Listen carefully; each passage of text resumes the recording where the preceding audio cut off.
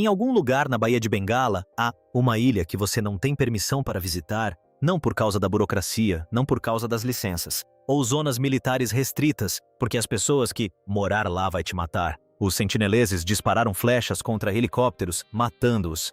Um missionário que veio trazendo peixes e hinos e rejeitou todas as tentativas de contato prolongado. Desde que alguém começou a tentar, o mundo, em grande parte, captou a mensagem, mas, embora nenhum linguista tenha decifrado a língua deles e nenhum antropólogo jamais se sentou dentro de suas casas, a ciência encontrou uma maneira diferente de entrar, não através dela. Contato, através do DNA. A mesma tecnologia que vem reescrevendo bronze, a história da antiguidade está agora nos revelando algo extraordinário. Sobre essas ilhas, e o que isso revela não basta explicar sobre uma tribo remota e isso muda tudo. História de como a própria humanidade se espalhou pelo planeta. A ilha Sentinela do Norte é pequena o suficiente para sentir como um acidente geográfico. 60 quilômetros quadrados de densa floresta tropical em ascensão, saindo da Baía de Bengala, aproximadamente quadrada. Em forma, totalmente cercada por recifes de coral que destruíram mais de uma embarcação que, muito perto. 2 picos elevam-se cerca de 120 metros acima do nível do mar.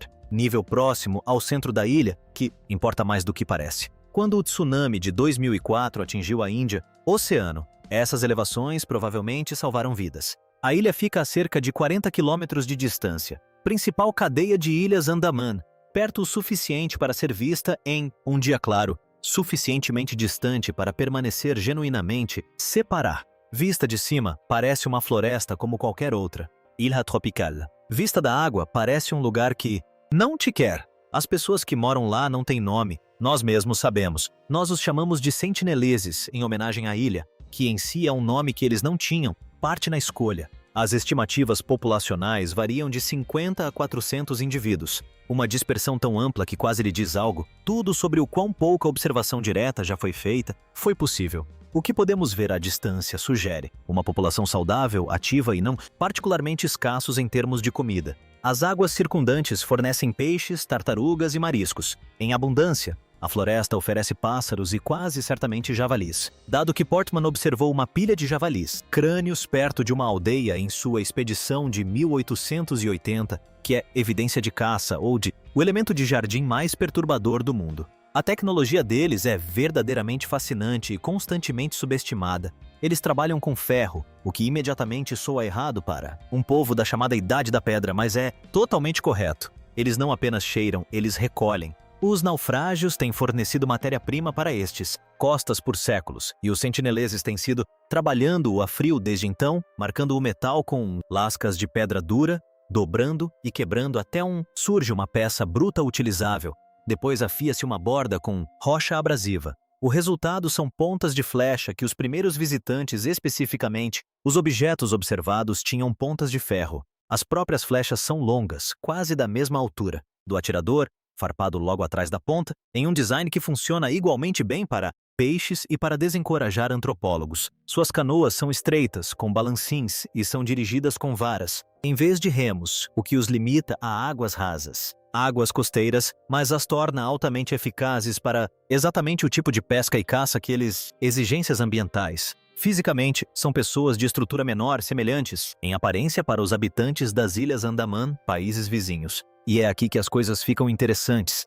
Porque, apesar das aparências que levaram gerações de observadores para tirar conclusões erradas, geneticamente eles não são o que parecem, nem mesmo fechar. Essa linha de raciocínio leva a um lugar que muda tudo. O histórico escrito do contato com o Sentinela do Norte. A ilha começa, como tantos outros registros da era colonial. Fazer isso com alguém vendo algo e sabiamente decidindo não investigar mais a fundo.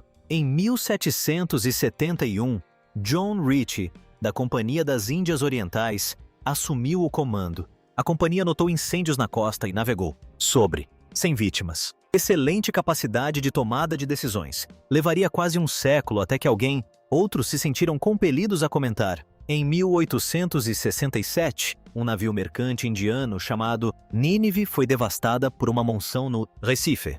Todos os 86 tripulantes chegaram ao praia. Eles sobreviveram 2 dias sem incidentes, aparentemente, sem saber exatamente em qual praia estavam. Na terceira manhã, eles descobriram. O capitão registrou que os atacantes vieram com flechas, com ponta de ferro, o que lhe diz algo importante. Em 1867, o Sentinel já estava em operação, metal recuperado por tempo suficiente para que se tornasse equipamento padrão. A Marinha Real finalmente chegou e resgatou sobreviventes. Todos sobreviveram. Esse resultado nem sempre se repetiria. Então veio M.V. Portman. Em 1880, o oficial britânico nomeado para supervisionar as Ilhas Andaman chegaram a North Sentinel com uma grande expedição.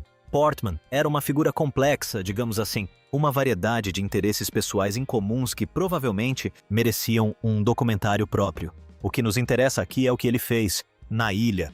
Em sua segunda visita, sua equipe se deparou com uma família de sentineleses em floresta densa. Seguiu-se um confronto. O próprio diário de Portman registra que eles capturaram 6 indivíduos e os transportou para Port Blair em o interesse da ciência. Os 2 adultos morreram quase imediatamente. As 4 crianças foram devolvidas à ilha, com presentes quase certamente portadores de doenças que afetam seu sistema imunológico. Os sistemas não possuíam nenhuma estrutura para isso. Portman escreveu mais tarde que a expedição havia realizado nada além de aumentar o terror generalizado dos forasteiros. No mínimo, ele estava certo sobre isso.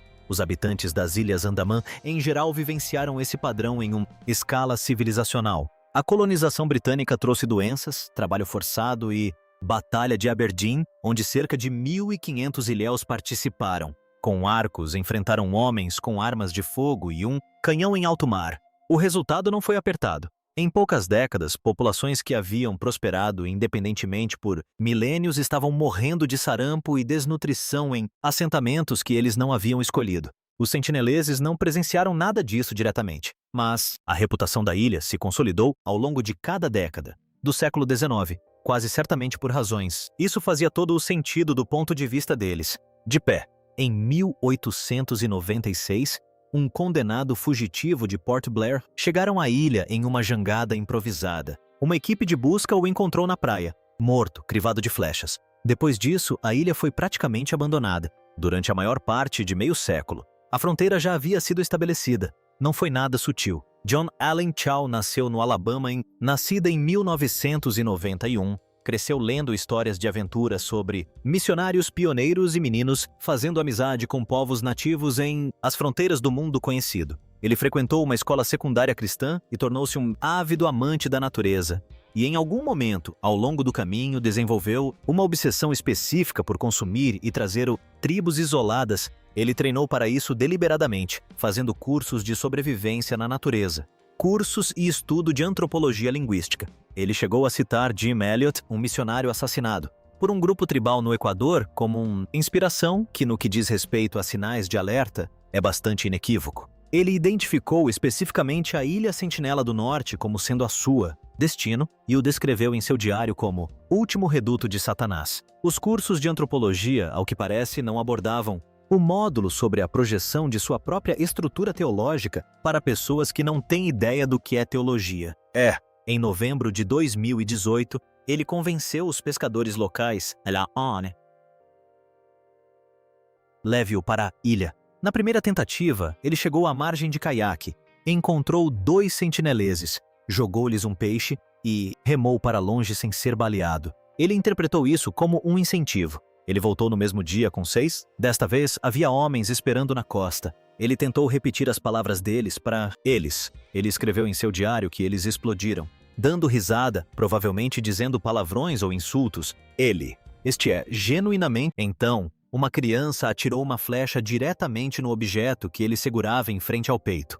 Ele nadou 1 milha de volta para o barco. Ele descreveu isso em seu diário como uma prova de progresso.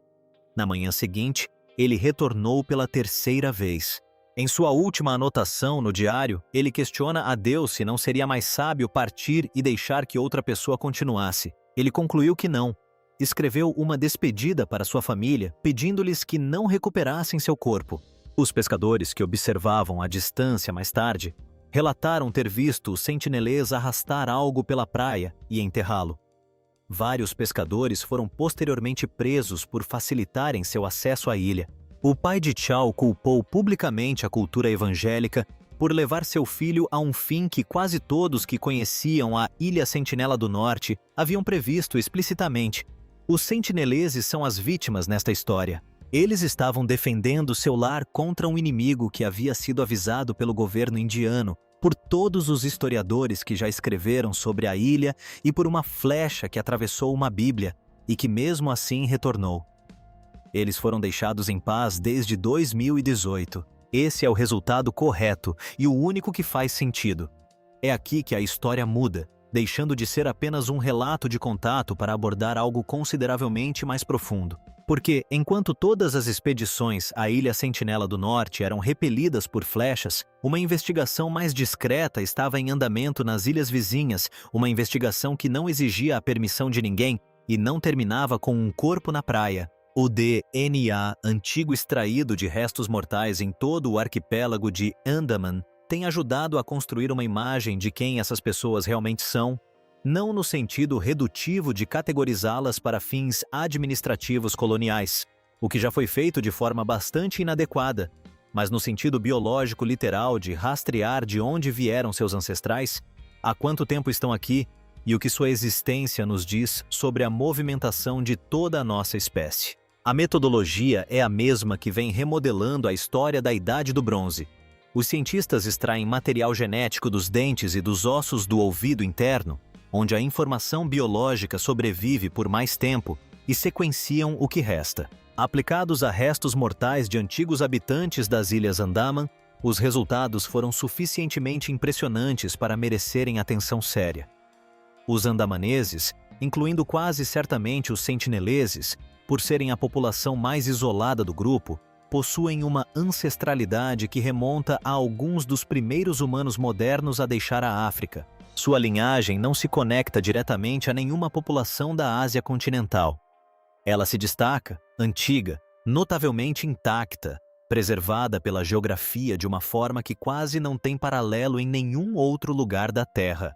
Estima-se que sua linhagem ancestral esteja nessas ilhas há mais de 40 mil anos, anterior à agricultura, anterior à Era do Bronze, anterior a todas as civilizações que já surgiram e desapareceram, enquanto eles continuavam pescando em canoas com balancim. A aparência física que levou gerações de observadores externos a tirar conclusões confiantes e totalmente erradas sobre suas origens é essencialmente uma pista falsa. Pele mais escura e certas características faciais são adaptações ao ambiente, especificamente à intensa luz solar equatorial, que evoluíram independentemente em populações geograficamente separadas ao longo da história da humanidade. Geneticamente, os povos andamaneses são muito mais aparentados com as populações do leste asiático do que com qualquer grupo africano. A aparência é resultado de evolução convergente. O DNA conta uma história completamente diferente. O que torna os sentineleses particularmente significativos neste contexto é precisamente o que os torna tão difíceis de estudar. O seu isolamento absoluto, ininterrupto e imposto pelas flechas significa que o seu patrimônio genético não foi afetado pelas ondas migratórias posteriores que varreram a Ásia continental e que gradualmente absorveram ou substituíram a maioria das populações que outrora detinham esta ancestralidade primitiva. Em todos os outros lugares, esse sinal ancestral foi diluído. Na Ilha Sentinela do Norte, atrás de um recife e uma parede de proas erguidas, ele pode ter sido preservado de forma mais completa do que em qualquer outro lugar do planeta. As pessoas que o mundo tenta contatar há séculos podem ser o arquivo genético menos substituível que existe. Para entender por que isso é importante, é preciso compreender o que os geneticistas vêm debatendo há décadas sobre como os humanos modernos deixaram a África e se espalharam pelo planeta. O modelo dominante durante a maior parte do século XX estabeleceu a principal rota de dispersão através do Oriente Médio e para a Ásia Central, com as populações se espalhando gradualmente pela massa continental da Eurásia em um processo que abrangeu dezenas de milhares de anos. Esse modelo não está exatamente errado, mas está incompleto porque a genética continua apontando para algo que aconteceu antes, mais rápido e por um caminho completamente diferente. A hipótese da dispersão costeira meridional propõe que a primeira onda de humanos modernos a sair da África não se dirigiu para Nordeste, em direção ao interior do continente. Eles seguiram a linha costeira, atravessando a Península Arábica, ao longo das costas do sul da Ásia, pelo sudeste asiático, saltando de ilha em ilha quando necessário, chegando à Austrália possivelmente há 65 mil anos, e não se estabelecendo gradualmente em um continente. Aproveitando o litoral, explorando os recursos marinhos e deslocando-se com uma velocidade que a rota interior simplesmente não conseguia acompanhar. A genética dos andamaneses situa-se no centro dessa discussão. Sua ancestralidade se conecta a essa onda migratória costeira inicial de uma forma que não ocorre com as populações posteriores da Ásia continental. As migrações que povoaram a maior parte da Ásia vieram depois, deslocando-se por corredores diferentes, carregando assinaturas genéticas distintas e, em grande parte, substituindo ou absorvendo quaisquer populações que a primeira onda tivesse deixado para trás no continente. As Ilhas Andaman, situadas ao largo da costa e acessíveis apenas por água, foram ignoradas. As pessoas que já lá viviam permaneceram e seus genomas retiveram o sinal que foi sobrescrito em todos os outros lugares. A conexão vai além. O DNA antigo de populações papuas e aborígenes australianas revela uma ancestralidade profunda compartilhada com os andamaneses. A impressão digital biológica dessa mesma dispersão costeira inicial, preservada em extremidades opostas de seu alcance. Um fio condutor que vai da Baía de Bengala ao Estreito de Torres, visível apenas na genética, documenta uma migração que quase não deixou outros vestígios. O que o sentinela representa nesta imagem é o nó sobrevivente mais intacto de toda essa antiga rede. Uma população que permanece nas mesmas ilhas desde antes mesmo da dispersão estar completa, nunca absorvida, nunca substituída, nunca diluída pelas ondas de movimento que remodelaram todos os outros. As flechas que mantiveram todos os forasteiros à distância ao longo da história registrada preservaram, por puro acaso, algo que os geneticistas dariam quase tudo para estudar adequadamente. Há algo de extraordinariamente silencioso nisso. A população com a qual o mundo moderno mais consistentemente falhou em entrar em contato pode ser aquela que possui a memória biológica mais nítida de como o mundo moderno foi construído. A história ocasionalmente tem um senso de ironia. O quadro legal em torno da ilha Sentinela do Norte é, pelos padrões de como os povos indígenas têm sido historicamente tratados, excepcionalmente sensato. A Índia declarou a área como reserva tribal em 1956. Estabeleceu uma zona de exclusão de 3 milhas náuticas e, por fim, adotou o que as autoridades descrevem como uma política de vigilância constante. Inspeções periódicas, a uma distância segura, confirmam que a tribo parece saudável.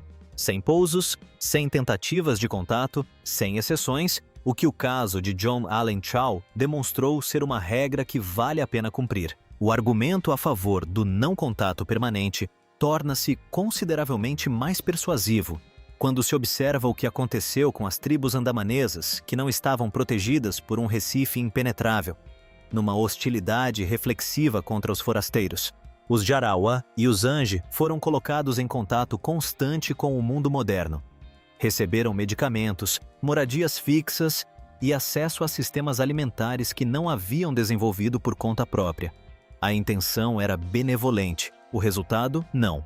Em poucas décadas, populações que haviam mantido uma saúde robusta e uma identidade cultural coerente por milênios passaram a lutar contra a desnutrição, a dependência do álcool e o tipo específico de falta de propósito que surge quando toda a estrutura da existência de uma sociedade é removida e substituída por algo que não se encaixa. Algumas empresas de turismo que organizavam excursões perto do território Jarawa foram acusadas de promover o que eram, na prática, safaris humanos, pagando membros da tribo com comida em troca de danças para turistas. Essa frase não deveria existir, mas existe. Os sentineleses, por outro lado, estão prosperando em todos os aspectos observáveis.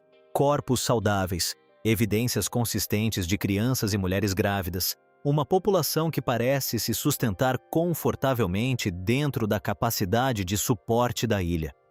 Eles têm tudo o que precisam e têm tido isso por 40 mil anos sem qualquer ajuda externa. A hipótese do zoológico, a ideia de que uma civilização avançada poderia observar uma menos desenvolvida a uma distância cautelosa sem intervir, é aplicada aos sentineleses com bastante frequência como um experimento mental. Se uma civilização extraterrestre nos observasse da mesma forma que nós a observamos, o que gostaríamos que ela fizesse?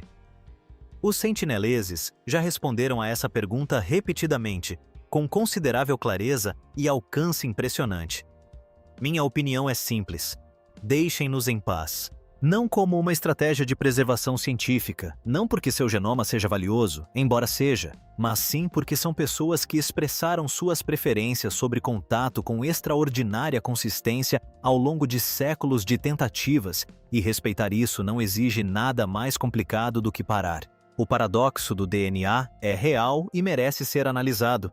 A ciência que revela o quão insubstituíveis esses elementos são para nossa compreensão da história da humanidade é a mesma ciência que apresenta o argumento mais forte possível para jamais perturbá-los na tentativa de coletar mais material genético. Algumas perguntas, porém, não devem ser respondidas. Os sentineleses quase certamente nunca saberão que seu DNA está reescrevendo os livros didáticos sobre migração humana. Eles não precisam saber. Eles pescavam nesses recifes e trabalhavam o ferro recuperado para fazer pontas de flecha por 40.000 anos antes que alguém pensasse em extrair significado de ossos antigos. E continuarão fazendo exatamente isso, independentemente das conclusões dos geneticistas em laboratórios do outro lado do planeta. O isolamento que os torna cientificamente extraordinários não é algo que lhes aconteceu.